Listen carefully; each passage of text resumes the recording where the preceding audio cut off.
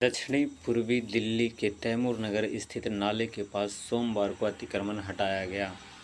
दिल्ली उच्च न्यायालय के आदेश पर डीडीए ने दिल्ली नगर निगम, दिल्ली पुलिस व अन्य विभागों के साथ मिलकर कार्रवाई करते हुए नाले के 9 मीटर तक के इलाके में बनी कई अवैध इमारतें और उनके ढांचे को हटाया। एक तरफ जहां इस कार्रवाई से बरसात में होने वाली मुसीबत से बचाने की कोशिश की गई है, तो दूसरी तरफ नाले के बेहद नज़दीक बहुत से बांग्लादेशियों के भी बस जाने की बात कही जा रही थी।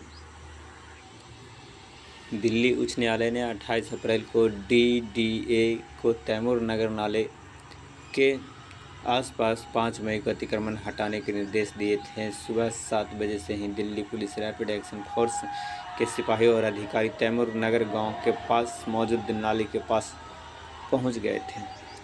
करीब 1.5 घंटे बाद डीडीए अफसर मौके पर पहुंचे और सुबह करीब 8:30 बजे के बाद कार्रवाई शुरू हुई। शाम करीब 4:30 बजे तक चली कार्रवाई में तैमूर नगर नाले के पास अवैध तरीके से बनाए गए 100 से अधिक मकान और डेयरियों को ध्वस्त किया गया। इस दौरान इलाके में दिन भर गहमा-गहमी का माहौल रहा। स्थिति को नियंत्रित करने के दिल्ली पुलिस और रैपिड एक्शन फोर्स के सिपाही लगातार गश्त लगाते रहे। कार्रवाई से पहले ही तैमूर नगर गांव से गुजरने वाली मुख्य सड़क के पास के दोनों रास्तों को दिल्ली पुलिस ने बैरिकेड लगाकर बंद कर दिया था। जिन अवैध मकानों पर कार्रवाई हुई, वहां से बिजली पानी के कनेक्शन भी काट दिए गए।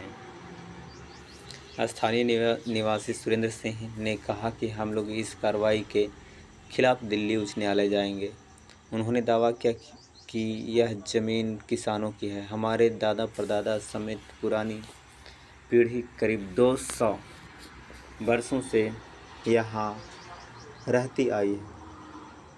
करीब 45 वर्ष पहले हमने यहाँ पक्के मकान बनाए। उन्होंने दावा किया कि जिस जगह कार्रवाई हुई उसे कपासिया मोहल्ला कहते हैं। यह विस्तारित लाल डोरा क्षेत्र में आता है।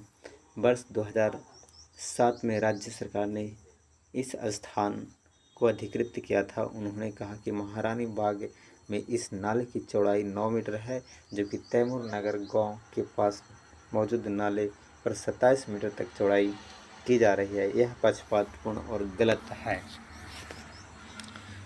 मित्रों, जैसा कि आप जानते हैं कि 100-200 वर्षों से अगर कोई रह रहा हो या किसानों की ज़मीन हो, तो नहर के किनारे इतना नज़दीक तो घर होता नहीं था, वो भी 100 वर्ष पहले की बात। और अगर किसानों का यह ज़मीन था तो नहर के किनारे ये लोग कैसे बस गए, और इनकी